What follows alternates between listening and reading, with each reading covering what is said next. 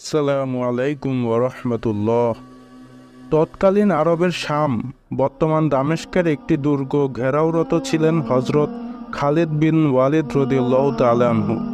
দুর্গবাসীরা অবরোধের দরুন অস্বস্তি বোধ করছিলেন তাদের ইচ্ছা সন্ধি করার।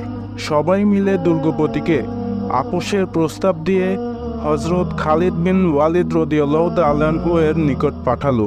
প্রতিপক্ষের সর্দার সন্ধি বার্তা নিয়ে বীরশ্রেষ্ঠ খালিদ রাদিয়াল্লাহু তাআলা আনহু এর সামনে এসে দাঁড়ালেন।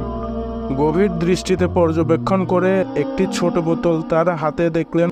হজরত খালিদ বিন ওয়ালিদ রাদিয়াল্লাহু তাআলা আনহু বললেন, তোমার বোতলের মধ্যে কি এবং কি নিয়ে এসেছো? উত্তরে দুর্গপতি বলল, এ বোতলে বিষ। এই চিন্তা করে নিয়ে এসেছি, যদি আপনার সাথে সন্ধির আলোচনায় সফল হই তবে তো ঠিক আছে, আর প্রস্তাবে ব্যর্থ হয়ে সন্ধি করতে না পারলে পরাজিত মুখ নিয়ে স্বজাতির নিকট ফিরে যাব না, বরং এই বিষ পানে আত্মহত্যা করার প্রতিজ্ঞা করেছি। দিনের দাওয়াতেই সাহাবীগণের জীবনের প্রধান মিশন।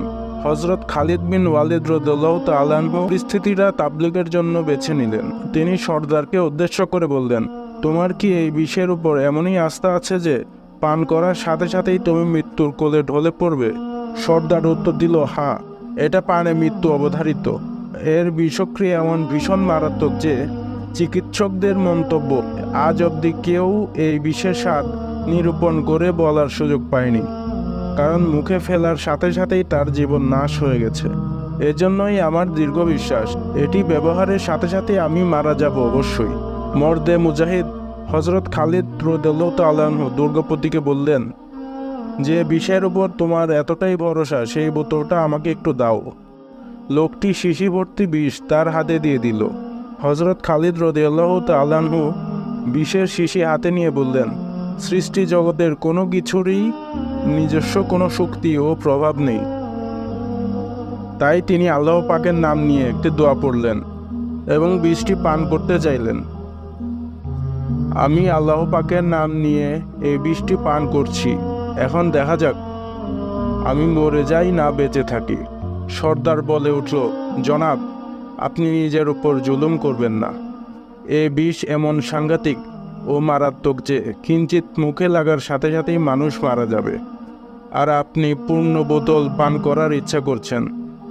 দৃঢ়ভাবে আল্লাহর উপর ভরসা করে হজরত খালিদ রাদিয়াল্লাহু তাআলা আনহু বললেন, আমার কিছু হবে না ইনশাআল্লাহ, এবং তিনি একটি দোয়া পড়ে বোতলের সবটুকু বিষ মুখে ঢেলে গিলে ফেললেন। আল্লাহ পাকের স্বীয় কুদরতি কারিশমা দেখা গেল।